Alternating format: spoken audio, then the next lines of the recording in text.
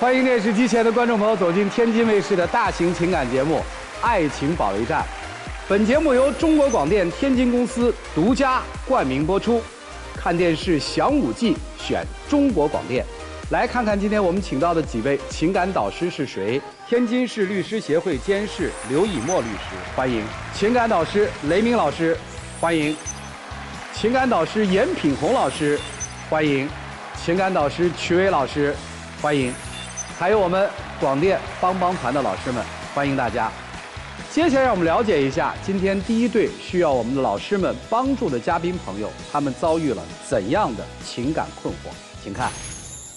从恋爱到结婚，我为了这个家付出了那么多，背负着巨大的压力，还得不到他的关心。面对家里的施压和他的不理解，我夹在中间也十分为难，压力也得不到释放。偶尔和朋友出去散散心，还被他误解，得不到他的支持。什么时候才能不受这夹把气呀？有请这对夫妻，有请。男嘉宾刘先生31岁，来自河北司机；女嘉宾李女士44岁，来自吉林照相师。有请两位，有请。老师好，各位老师好，欢迎两位啊！44、31，对，哇，这才叫姐弟恋，结了几年7年， ？24岁娶的她，对，家里同意吗？不同意，现在呢？现在也不同意。今天来也是因为这个吧？今天来就是因为婆媳之间的关系不和。对呀，打旗根就没同意嘛。你们俩关系好吗？我感觉挺好。那就听夫人说说吧。哎，有孩子了吗？你们？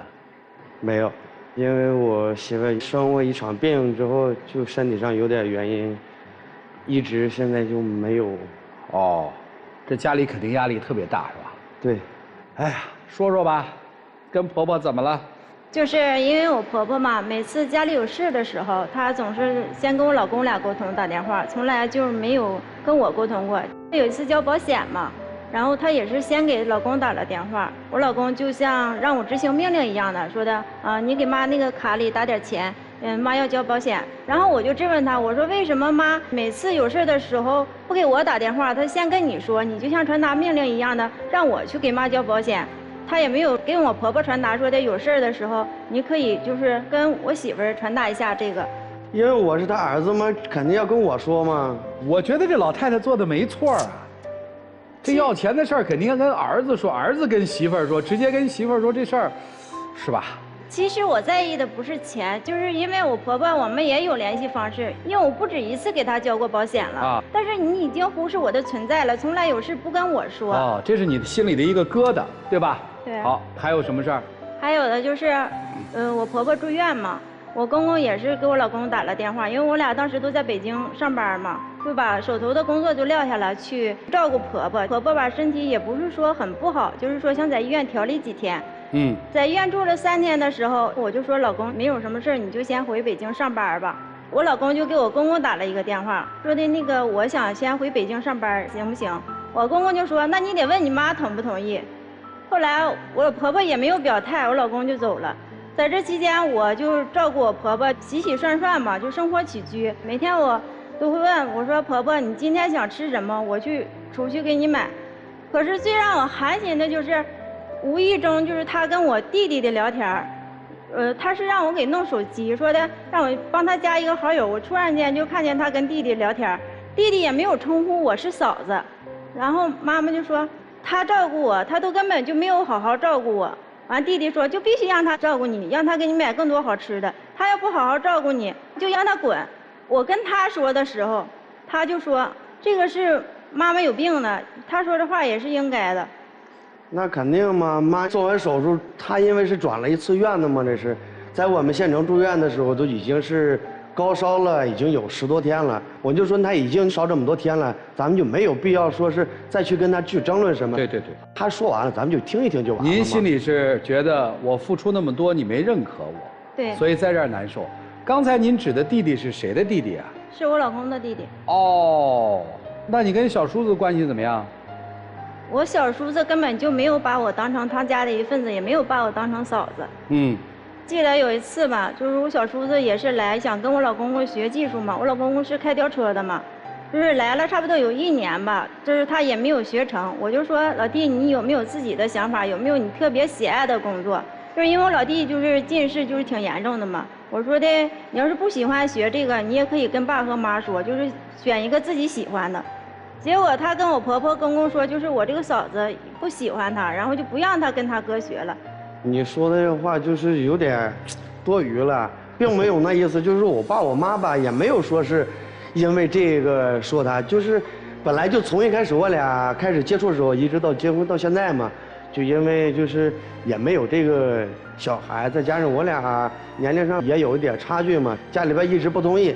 我媳妇一说点什么话，我爸我妈他们就会以为说，是不是你嫂子想挑拨一下咱们这个关系？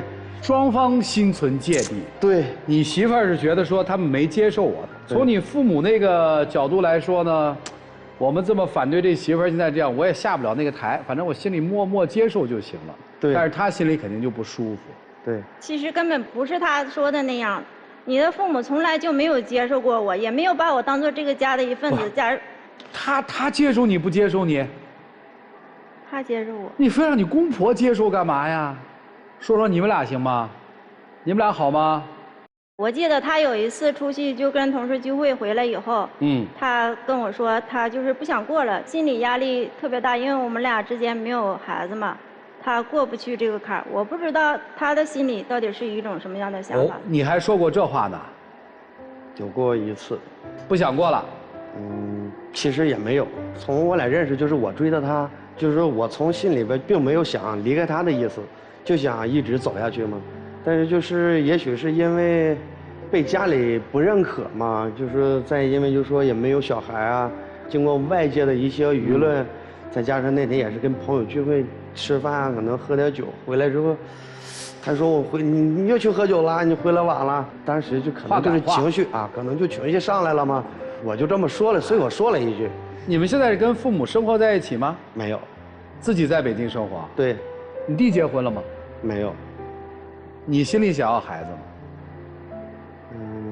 确实是想。其实就是因为咱俩没有这个孩子，在我心里也特别压力大，但是我没有跟你说，我不知道你是因为酒后，还是你心里早就有了想跟我分开的主意。所以你是缺乏安全感的。对。还有一次就是，他跟朋友去，哎呦，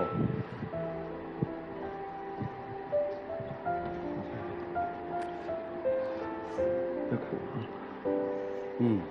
还有一次怎么了？还有一次就是他也是跟几个朋友出去聚会，然后就加了一个女孩的微信。有。然后被我看见了，他跟这女孩就聊天，他每次就问这个女孩今天吃饭了吗？工作顺不顺心？然后还给这个女孩转了800块钱。为啥？因为那个是就是说一个朋友嘛，他没有路费了吗？就是又在这个人生地不熟的地方去借一个路费呢。不是什么朋友啊？就是通过我一个朋友介绍，属于我们一个同行。哦，同行没钱了，问你借800。对。那你跟老婆说清楚啊。就是因为他。就老对我有一点不信任嘛，就是怕说，因为你是一点还是特别吧？只能说是有点特别吧。啊，你说需要帮助的人多了，那为什么你就非得帮助他呢？而且他是你朋友的朋友，为什么不是你朋友去帮助他，而是你去帮助他呢？哎呀，就是确实就是说离家也挺远，在这地方也没有熟人，就那么一说，咱们就感觉哎呀心一软。感觉不好意思。以你的观察，他跟那个同行还有联系吗？后来过了几天的时候，我说你把微信删了吗？他说删了。我一看他有没有删，然后就叫我把他删了。他就因为我说的这个事儿，我就对他朋友不尊重了。说为什么要把人微信给删了呢？我说的他是借你钱了，你俩聊天，你为啥每天怎么不问我吃不吃饭，问我这工作顺不顺利呢？你去关心人别人呢？他跟你有什么关系啊？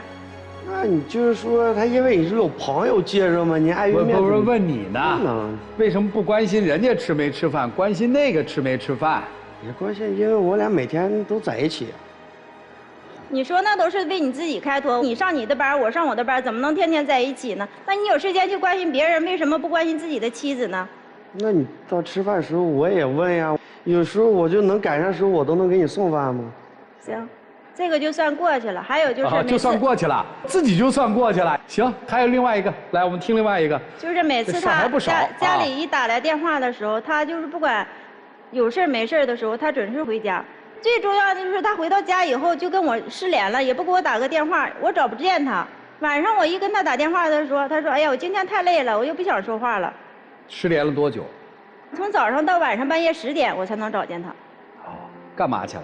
因为我家是山区嘛，我爸养点羊，就是一到忙的时候，我就回家去跟他们去帮忙，因为一帮忙就是到山里就没有信号嘛。早上有时候起的就特别早，可能4、5点钟就起来就走了，又赶上这一天忙的时候，可能真也到8、9点钟才能回来嘛。这个说的对吗？这个确实山里的信号有时候不太好。那你在这儿较什么劲呢？但是你就说再忙，半夜前还要忙吗？为啥晚上回来的时候我要跟他说上2句话，他就觉得不耐烦了，就说太累了。好，那我就觉得就是肯定是家里又跟他说啥了，所以说他又不想跟我说话了。所以其实您现在是草木皆兵啊，回家家里面人撺掇着你们不能在一起，出去碰到一些人，可能你又觉得他会出问题。对，你是不是特别担心这个男人有些什么新的情况？是。好，那我们现在就面对一下现实。先生也特别明确地说，我还是想要一个属于我自己孩子的。对。那客观现实是妻子现在没有办法生。对。那这个是看过大夫吗？从医院大夫都给看过，也尝试过挺多办法，就是也不是说是绝对没有可能。那为什么不在这个方向上去努力呢？正在努力。那我们现在就面对这个问题。以下问题有些残忍，但是必须得问：你爱他吗？爱。你确定你爱他吗？非常确定。如果有一天他跟你说，我就想要一个属于自己的后代，而离开你，你怎么做？我会成全他的想法，然后自己离开。第3个问题，如果有了孩子，你觉得你们之间的所有问题就解决了吗？对，我们之间最大的矛盾就是因为没有这个孩子。所以在你们的现实生活当中，你们会回避关于孩子的问题吗？不会。好，接下来问题又来了，他母亲介意你年龄比他大13岁，你觉得正常吗？正常。老大现在还没给我生个孩子呢，他心里面不舒服，你觉得这件事情正常吗？正常。他就是因为这2件事情，我不接纳这个儿媳妇儿，你觉得正常吗？正常。如果这些都正常，你为什么还要为这些破事儿烦恼呢？就是因为我付出了，我对他们家人就是。你忘了我们刚才说的前提条件了。你都说了正常，你付出再多有什么用呢？但是我觉得结婚是我们2个人的事，过日子要孩子是我们2个人的事，跟他也没有关系。既然跟他没关系，你们俩幸福的生活就好了，你为什么那么在意你婆婆对你的认可呢？我在意是因为我老公没有站在我的立场，他没有一碗水端平。他要怎么一碗水才端得平？就是对就是对，他怎么面对他错妈？他妈说了，你不能娶一个比你大的。他说我为了爱情我娶了。他妈说我需要一个孙子，你赶紧给我生一个。他说不行，我夫人是这么个情况。但是我觉得就是我们俩之间的问题，就是我只给你揭示真相，我也没有说您婆婆就是对的。在这种关系里面，最重要的是夫妻关系，是你先生的态度，其他人的态度一概不重要。对。而且你也没有那个必要说，因为我年龄比你大，我们现在在生育上碰到了一点困难，我就要无原则的受到你家人的羞辱或者不公的对待，也没这个必要啊。对。所以你就不要较那个劲。今天我们只是想明确一下夫妻之间最核心的矛盾在哪儿，其实就是孩子，对不对？所以我要问您了，孩子要不到怎么办？不要。你确定吗？确定。你过得去这坎儿吗？不用回答我，想清楚。来我们这儿就是想听真话的，对吧？对。其实最核心的矛盾不就在这儿吗？看起来是个死结啊，但是我相信老师们会有办法帮你们去解开的。让我们一起进入丘比特问卷。你们2位这个年龄差这么大，应该在结婚的时候也可能没有那么顺利吧？对，结婚之前跟我爸妈吵了一顿，就因为说我媳妇比我大点。首先啊，其实即便你们刚才说了这么多，我还是要恭喜2位的。女士，你非常幸运，你得到了一份真爱。男嘉宾，你也很幸运，即便他比你大了这么多年龄，你也得到了一份真爱。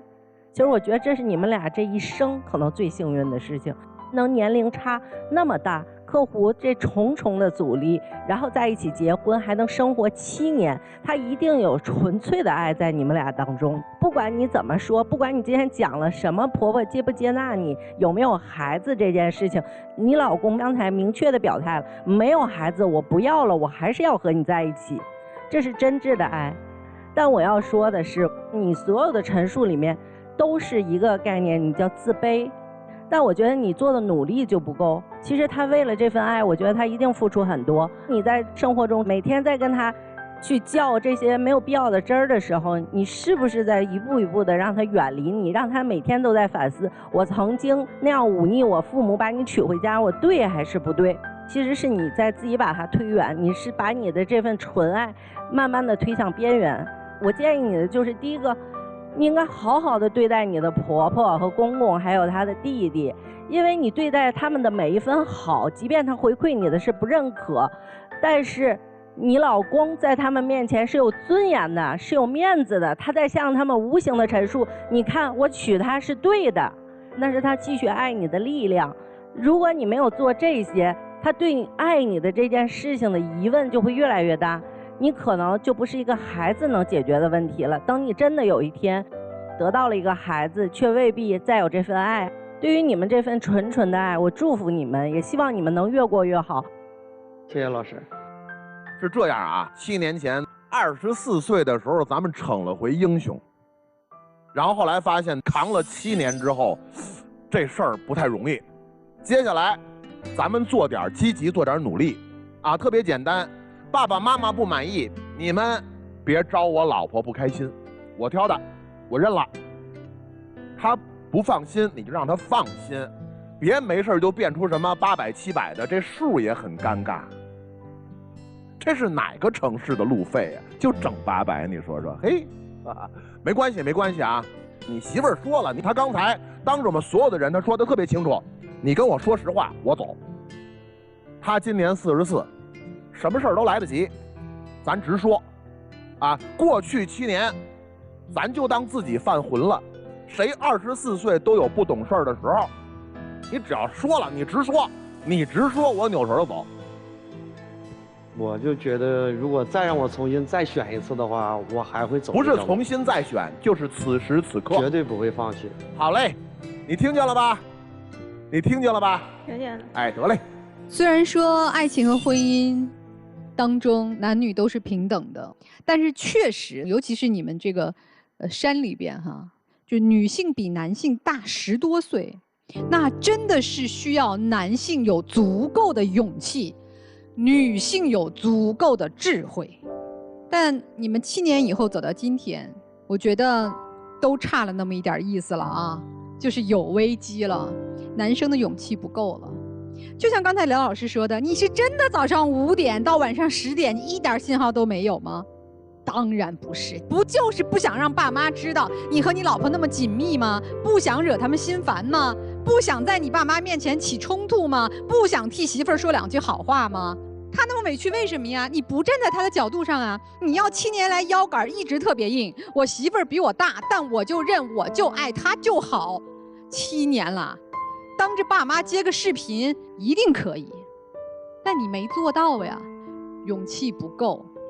爸妈最终是希望看到你幸福，对不对？至于你娶了比你大的、比你小的，生了3孩子还是1个没生，取决于你。女生，我觉得你真的是智慧不够了，现在哈。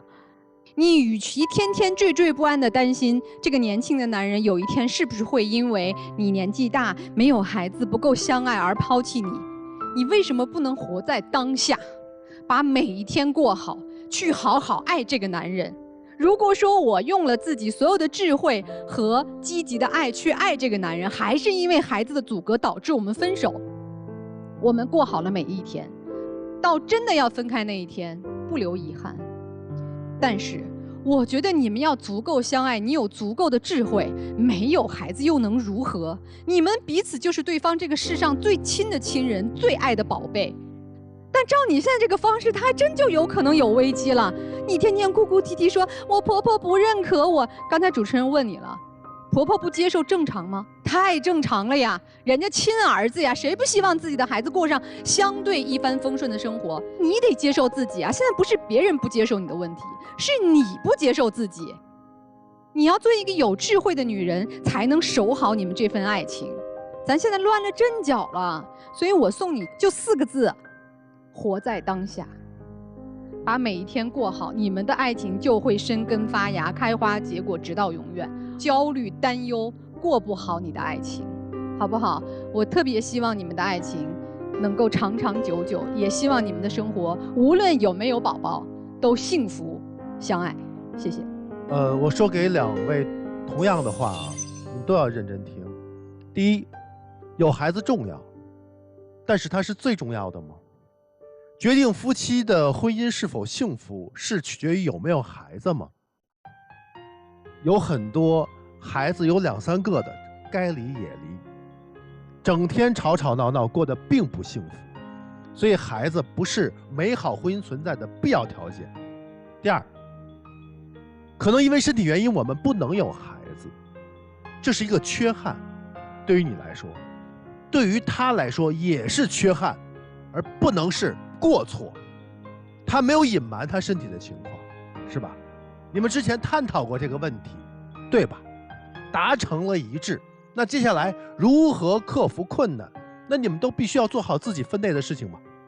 就如同说服你的父母，给所有的人知道说，我们之间的幸福不是取决于有没有孩子，这是你应该去做到的。妻子应该做到什么？我不以这件事情为自卑，这是我的一个遗憾，但是我有更多的价值存在。我不仅仅是传宗接代的工具，我更是让丈夫幸福的一个妻子，对吧？第3点，我们的生活要充满什么？希望。现在从医学上来说，并没有把有没有孩子这件事情判死刑嘛，做定论嘛，对不对？你们俩积极的去共同面对，去努力，那你们如果得到了你们希望的结果，那多么幸福啊！你比能轻易得到孩子的这些家庭都获得了一份他们不曾有的幸福，他们不曾珍惜的那样的一个幸福，对不对？所以说一起去努力吧，什么困难也能在我们夫妻同心的作用下能够得到解决。谢谢曲总。帮帮团老师们，作为帮帮团，我相信你们是双向奔赴的。刚才有一个细节啊，就是你在哭的时候、伤心的时候，他有在给你递纸巾，他是非常在乎你的。所以我想跟这个姐姐说哈，就既然你选择了，你就要选择相信。我觉得如果你还要再继续这样敏感、多疑，然后或者这些焦虑，你会消磨掉他当初的坚定选择，你会把他越推越远。我相信你是一个有智慧的女人，我希望你能好好思考。谢谢。姐妹，其实在婚姻里面真正可悲的是，有很多的女人想要用孩子来拴住一个男人的心，但是他们每天过得并不幸福。而你真正用自己的魅力去征服一个男人，让他坚定的愿意跟你走下去，这才是你真正的最成功的地方。你应该为自己感到骄傲。所以作为广电帮帮团，我建议你不要活在别人的评价中，也不要按照别人的标准去生活，因为人生百态，它的打开方式千千万万种。所以接下来我希望你们男生你就玩命的对他好，女生你就玩命的对他的家人好，让他的家人真正的从内心接纳你。加油。谢谢老师。谢谢老师，谢谢老师。接下来的建议就非常简单，第一，给自己一个时间线，我们为这个孩子努力到什么时候？1年、2年还是3年？第二，千万别在意你公公婆婆对你的评价了，你需要的就是活好自己和他。你做什么都不太可能被接纳，因为实际上面已经接受了。人不能强迫别人一定要接纳自己，接受就可以了吗？你想想看，当初他为什么会决绝地娶你？你那时候一定不多疑，你那时候一定自信。对，你把那个时候那个状态找回来，就没有问题了。我告诉你一个生活特别有意思的现象，就很有可能当你们放弃了所有希望的时候，突然你说我怎么要做爹了呢？你都傻了。这个东西就是生活，放松就好。反正我们看到了爱，未来这个爱怎么样，在你们的手里。我再把它说的决绝一些，在你手里。他今天所有的不自信，他的这个情绪，其实都是你给的。你别口头上说爱爱爱爱爱，如果你真的让他感受到了，他怎么会那么计较？你琢磨吧。让我们一起进入会生活选广电真情60秒。我希望老公以后有事我们能多沟通一点。我不知道我们的婚姻还能不能继续下去。一定能，我绝对不会让你失望的。放心，你就看我以后怎么做下去。我一定是你坚强的后盾，我不会是说让别人看到你被我抛弃的那天。放心，只有你抛弃我的那天，不会有我抛弃你的那天。能不能给我一次机会？能不能相信我一回？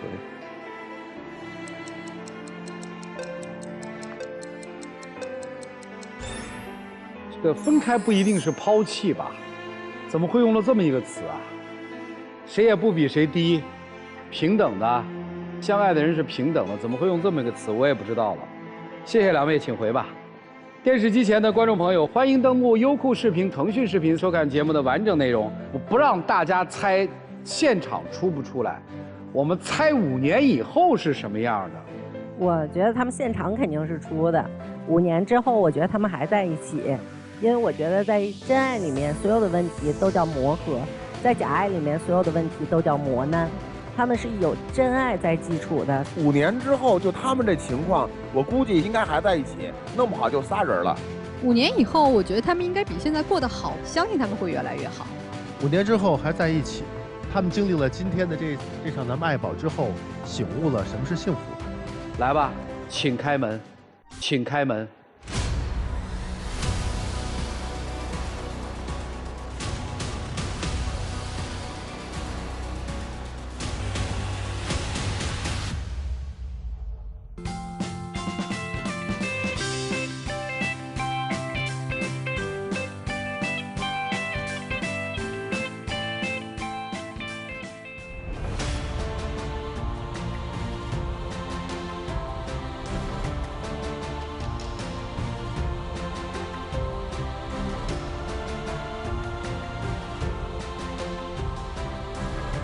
谢谢两位啊，谢谢谢谢，加油！谢谢谢谢，请回请回请。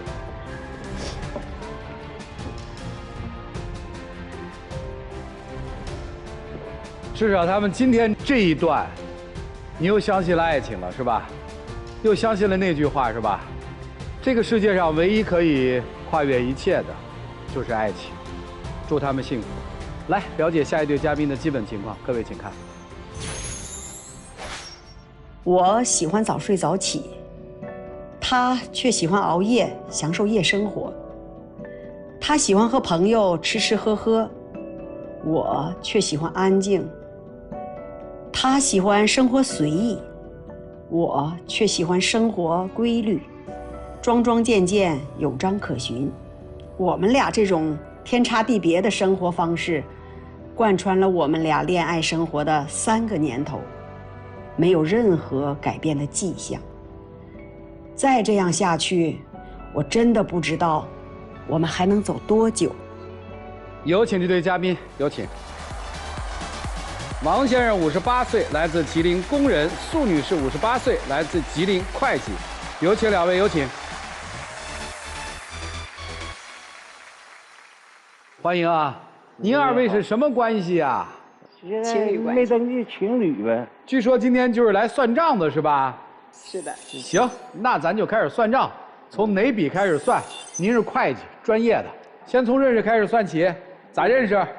我们是经过朋友介绍然后认识的，一直到现在呢，就是说走了3年的路程了。其中因为大概春节左右的时候的一件事儿，就引发了我们之间的很大的分歧。哎呦，听听吧。就是这样一件事儿，是因为10万块钱的事儿。哦。我女儿创业的时候呢，可能是自己资金不足，然后自己就贷了一部分款，她也没有跟我说，自己也还了一部分。但是后来呢，还有10万块钱，就是一直到今年了，已经都3年多了嘛。然后就跟我商量说，能不能先借我先把这个债还上。啊。那你说我毕竟一个做母亲的是吧？其实帮一帮也是可以的。是，有钱当然该帮啊。然后回去我就跟王先生商量这个事儿。哦。因为3年了。这话一叫就见外了，您叫个老王头多可爱。我就跟王先生商量了一下这事儿啊。我说你看，女儿遇到了一些困难啊，我想暂时先借她挪用一下哈。啊。他当时吧没说行，也没说不行。挪用什么？挪用一下10万块钱，就是把咱们的积蓄给他先借他用一下。咱们的积蓄是指谁的积蓄？我们俩的积蓄，我们后来工资放在一起去花的。哦。然后花不了呢，就是这一部分我就会存起来。你看，找个会计女朋友是好这彩礼的是吧？共同账户相当于是吧？对。我对有点好感，我把这工资就给他了，对不对？完了，他没通过我的同意，擅自把这钱就给借出去了。你知道借这个钱的后果是啥不？也不是没同意，因为我跟你说了是吧？我跟他说了，他只是没有明确的说行还是不行啊。那我就觉得他没有反对，就是同意。我就是借他，应该也没啥问题是吧？然后我就借给女儿，就把这个钱还了。等到回来他知道了，我告诉他了的时候，我说把钱已经借给孩子了。他就急眼了，你知道吧？跟我一顿掰扯，你这就惯孩子啊！哪有你这样事儿的啊？你之前说有去无回，血本无归，啥词儿都用上了啊！哎呀，我说至于的吗？他就说那意思，怕我女儿还不上了，嗨，就跟我就急眼了，你知道吧？就掰扯的够呛。你感觉一些儿女的钱有还的吗？那怎么不可以？没有还的。但是我借朋友钱吧，我还不能吱声，用啥我拉脸我敢去要去？你这那我觉得就不对了。你要这么说，没法要了，要就伤和气。女儿说是一定要还的，还有就是你这句话，我觉得我特别不能接受。借朋友可以，自己家的孩子不能借，那就是说我们是再婚是吧？你是不是也是在这个位置上？不，人大哥的意思是说，朋友的钱借我还能要，对。这个钱借给孩子，在大哥的心里，这事儿就是给了，他是别扭在这儿。但是我跟他说了，假使说你真的因为这个事儿，要说你就过不去的话，最晚2年以内，如果孩子还不上，我一定会把这5万块钱给你拿出来给你。但是，那我们是不是一家人了？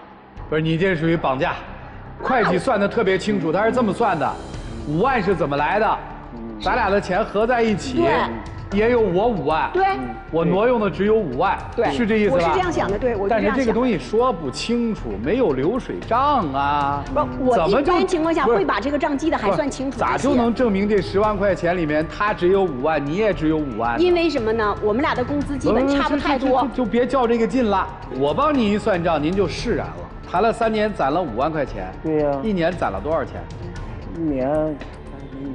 你还算呢吧？不，你算吧。1年不到2万块钱，1年16000多一点。啊，16000多点，花到1个月呢？1个月才1000多块钱吧。好，您就这么想这件事儿，豁然开朗。我这1个月1000多块钱，我就当送给我女朋友的礼物了。我不能这么算。哎呀，他要那么想呢？我不这么算。他要那么想，我当时那我跟我这嘎攒多好啊！你还想跟他好吗？你这个你要跟他好这件事儿，你不得释怀吗？你看你这，对，他就这件事儿一直纠结着。您可别，我们说没问题，您要说可就不对了。钱的事儿从来好算，感情怎么样？我们关注的这个。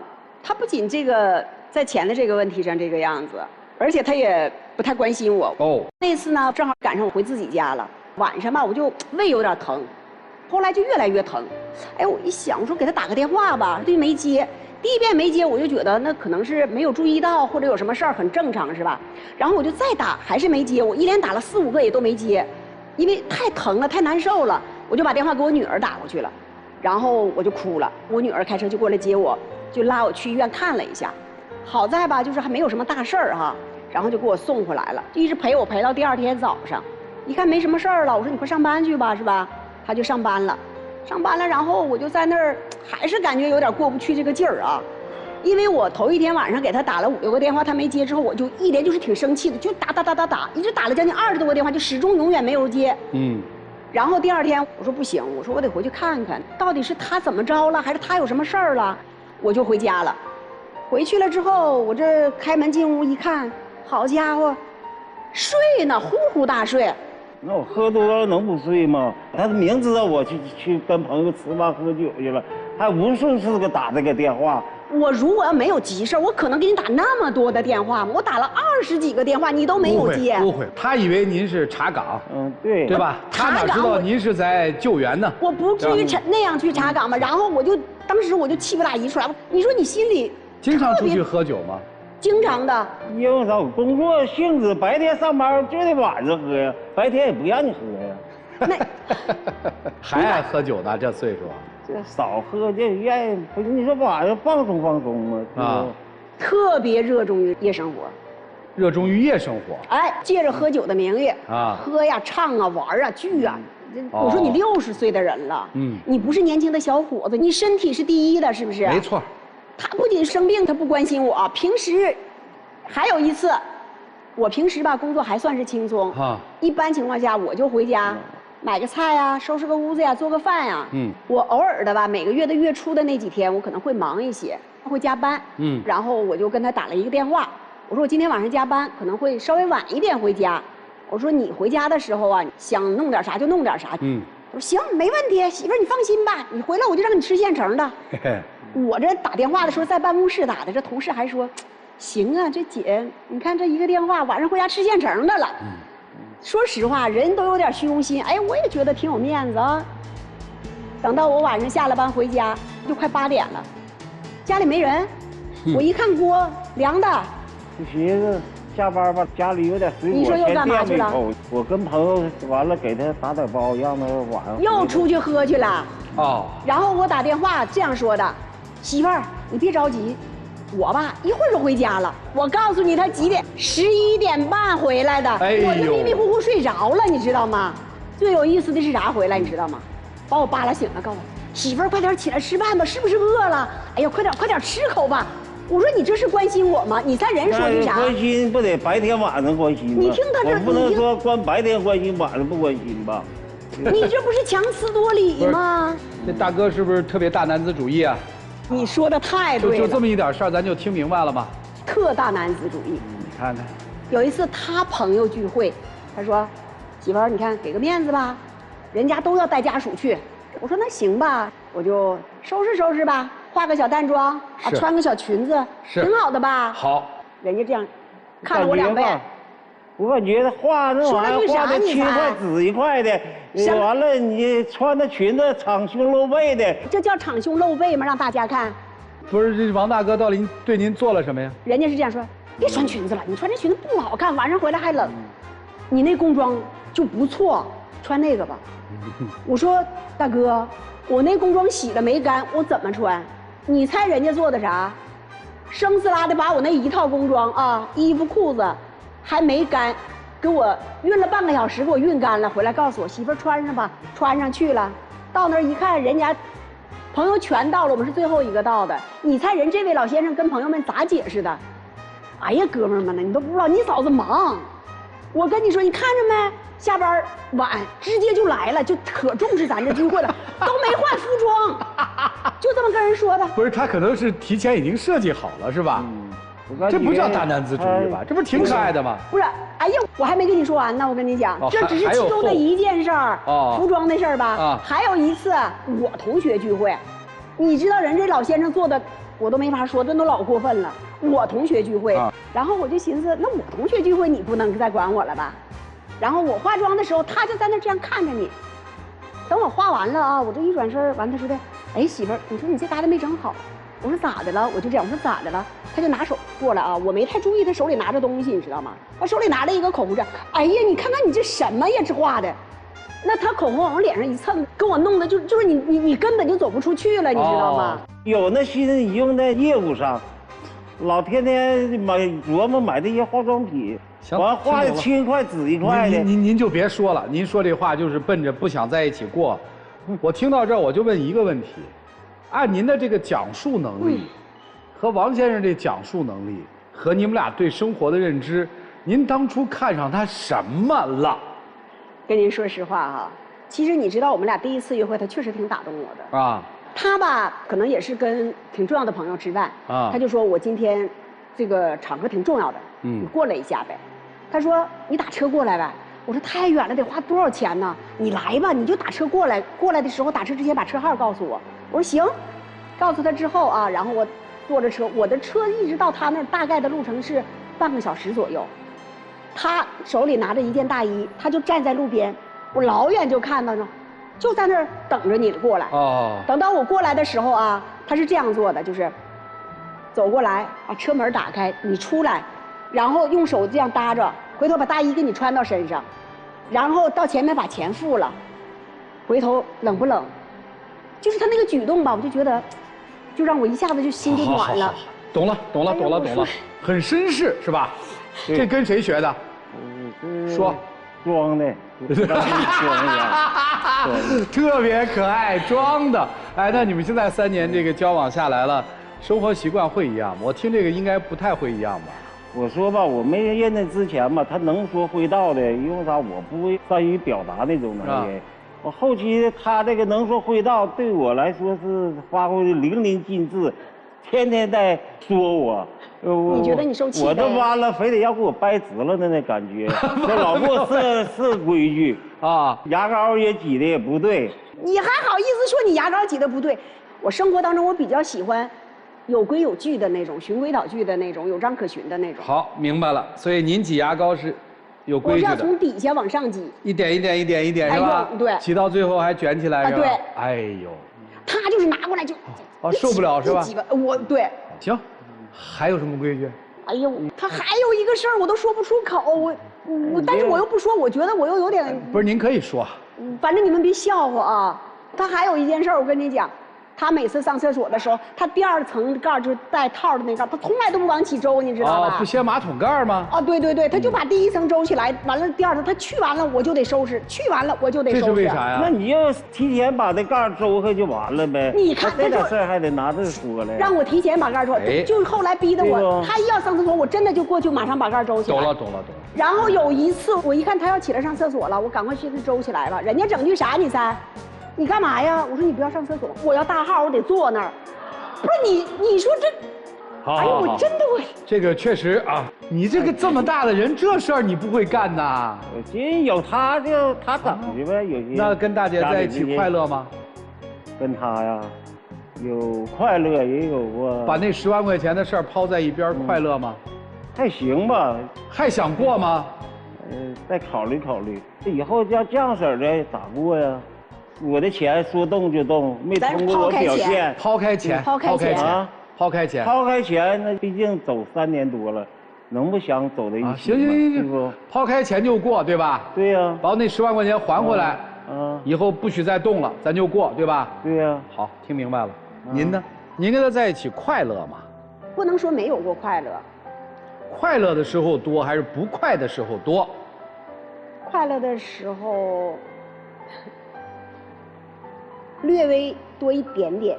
好，如果分手了，那10万块钱还他5万，是那意思吧？是的，如果他现在要我马上还完他5万，我就转身，拜拜。不是您这不对呀，您的意思说只要管我要钱，我就不跟你交往了？不是，我是说他如果要是纠结开没有完，因为这个钱我说了一定还他的。但是如果他现在就纠结在这个钱上的话，因为刚才您都说了抛开钱如何，他还把这个钱又提了一下。不是，关键不在于钱。而在于没有被尊重，是吧？行吧，各位老师，你们看看该怎么办吧。让我们一起进入丘比特问卷。大姐，我想问您，您爱他吗？回答不了。那大哥您呢？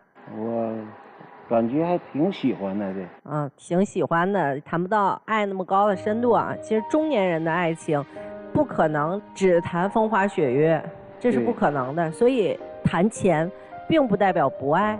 这是生活的一部分，对不对？是的。那我想问几个问题，我想问问大姐，如果你们两个人继续在一起，如果说大哥有重大疾病的时候，这个钱从哪来？我是这样想的哈，首先呢，我们俩在一起生活的时候，我们工资是放在一起的。将来有一天，无论是他有病还是我有病，我肯定会拿出来，他有病给他用，我有病给我用。把结余的钱存在一起，是为了对抗将来两个人在生活中遇到的风险，对吗？是的，是的，是的。对，那除了你们一起存的10万块钱，双方还有各自的存款吗？他有没有我不知道，他也没有说过。没有，我有一部分，我有。您是有的，对吧？如果您在后面有病了，您有女儿，您还有自己的存款，您总不至于不能救命，是不是？那大哥有子女吗？有子女。那大哥有子女这一层跟您打平了，那大哥没有存款了。对他来说，心里讲的是，我有了这点钱，可能有一天我突然发生重大疾病了，我可以救命。这个钱一旦动了，不是钱之间的衡量，是在生命和钱之间的衡量。您能理解这个概念吗？我虽然可以理解，但是我觉着啊，那你说他其实也是一直有工资的人，那他没跟我生活在一起的时候，他不攒钱吗？那钱全都光了吗？您看，您也很关注钱，中年人的爱情都是权衡利弊之后的取舍。大家就拿到桌面上讲，接下来的生活，我就给你们一个特别客观的建议。现在放在你们2位面前一张白纸，拿上笔写。现在我们每个月的收入之后的钱，将来怎么花？如果一方动了，后面会怎么样？我拿什么来补偿？写得清清楚楚的。如果我有病了，谁来负担重大疾病的费用？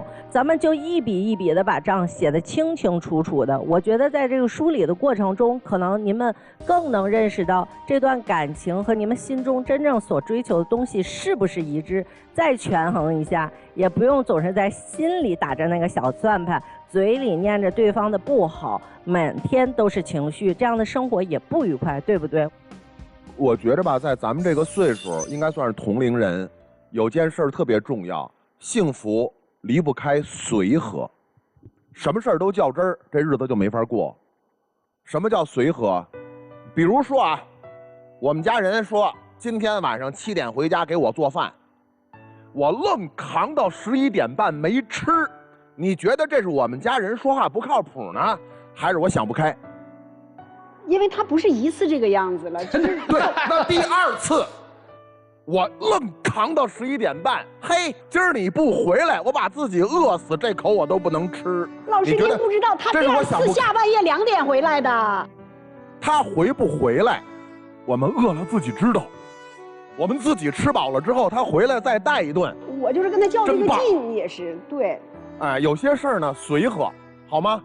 既然你要求人家5万块钱。你算计什么呀？咱随和点不行吗？所以我建议您，咱们彼此都随和。我听来听去啊，我还是觉得你们俩像是搭帮过日子。如果是搭帮过日子的心态，很容易过不成，因为彼此牵绊的东西太少了。你说财务看起来放在一块儿了，那10万存款，1人5万，分得门儿清。你说生病，心里边想的都是真生病了，各回各家，各找各娃。你们的状态呈现出来的还是搭帮过日子，差那个爱的程度还有点距离。中老年如果没有爱，想走长久挺难的。先生都说了，说这我得考虑考虑了啊。为什么？因为平常搭帮过日子都是小事儿，钱可是根本啊，动了你们的根儿了。你对他的信任崩塌了，好吗？你动我钱了，咱相处就得将心比心，拿出真爱来，才能走得长久。搭帮过日子，我觉得那现在没问题，咱就把账算清楚呗，生活开销算明白呗。将来真生了病，各回各家，各找各娃。趁现在还都身体条件挺好，还能互相约着出去玩一下，咱就享受当下。但我不建议这样。人生到了这个时候，有一个相伴到老、共白头的人是最幸福的事儿。真的要相处下去，就要把真爱真情拿出来，然后领证。所谓的长久，都是和承诺责任在一起的。没那个证，就是谁也不承诺谁，谁也不负谁的责。我觉得严老师正好说出了我要问的问题。你们准备结婚吗？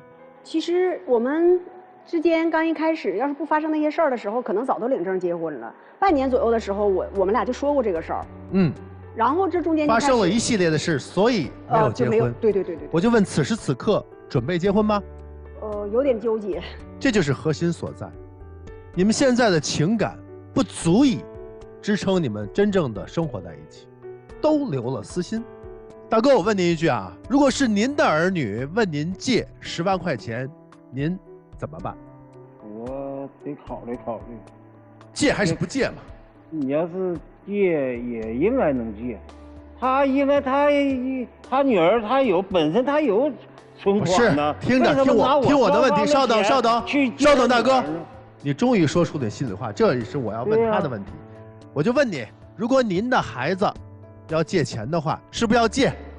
应该要借，对吧？所以他女儿管母亲借钱这个动作是合理的。好，大姐，我就要问您扎心的问题了。我知道您要问啥，老师。对，因为我要问为什么没拿我自己的存款去借给女儿？是的。其实这个事儿，他应该知道，为什么呢？因为我哥哥得了非常严重的病，我就把钱都拿出去给我哥哥治病，所以我暂时没有太多的存款。但是还有。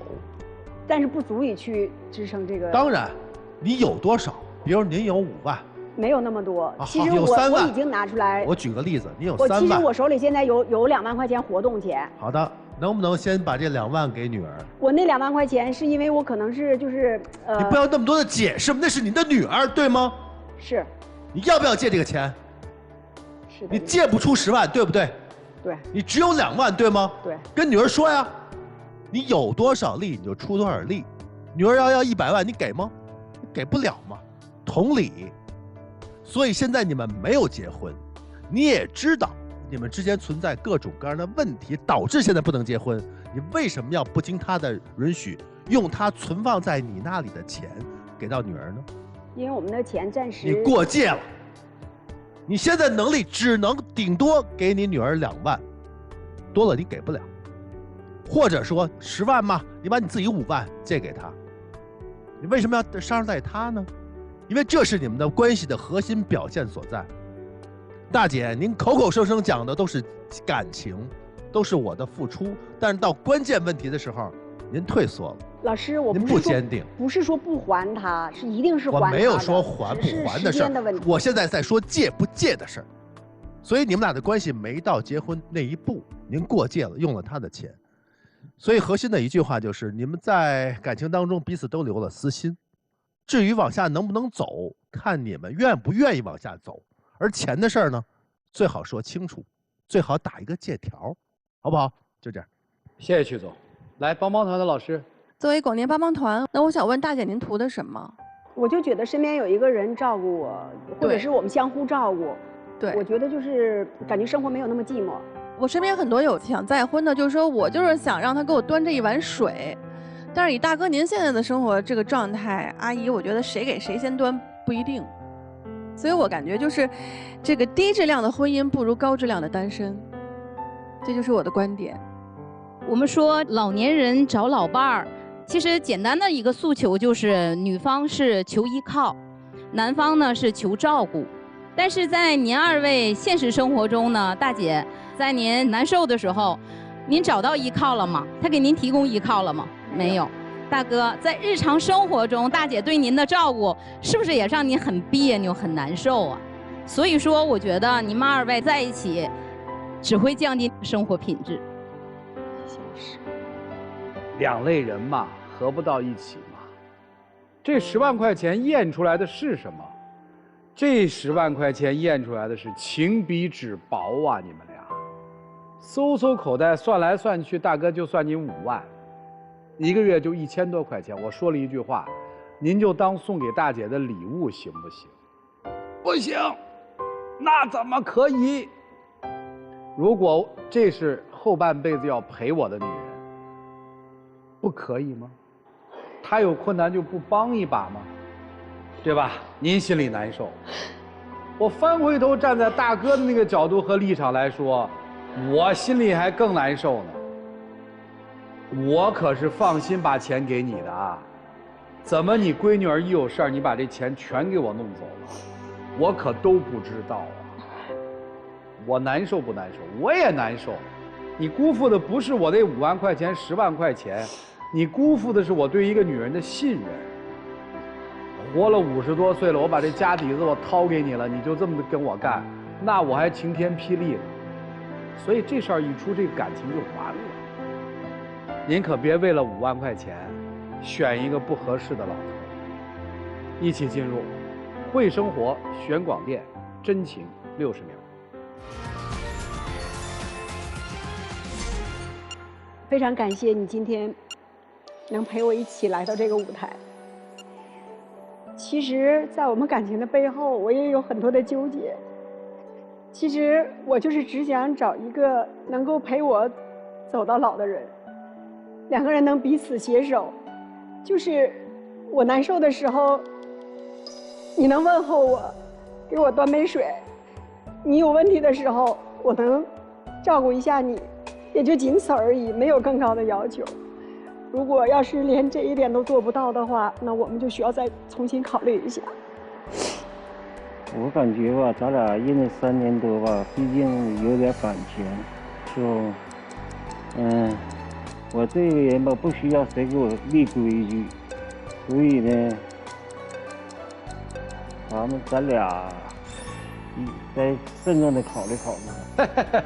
大哥说了，我不喜欢别人给我立规矩，还是想到了那个场景：一件大衣，一个躬身，手挡车门，窈窕女子下来了。您就仔细想想，那要3年前您的身体是什么样？今天我看您说话都糊涂了，保重吧。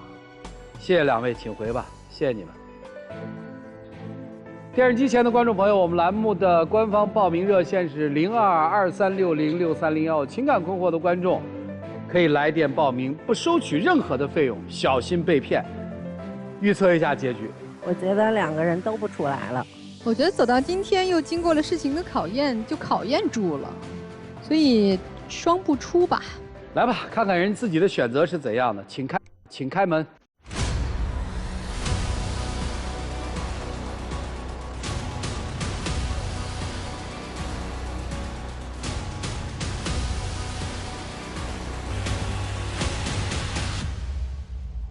那您还有什么话跟他说吗？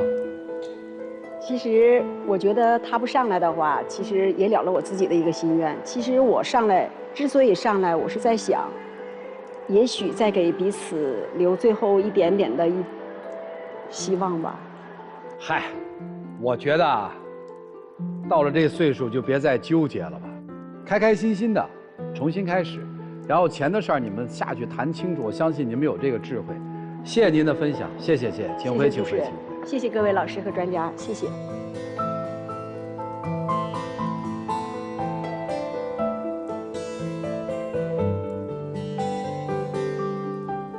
希望今天他们随随和和的过了这个坎儿，休整一下，好好的找属于自己的真爱。本节目由中国广电天津公司独家冠名播出，看电视享5季，选中国广电。再次的感谢中国广电天津公司对本节目的大力支持，也谢谢电视机前观众朋友们的收看和陪伴。我们下期节目再见，谢谢大家。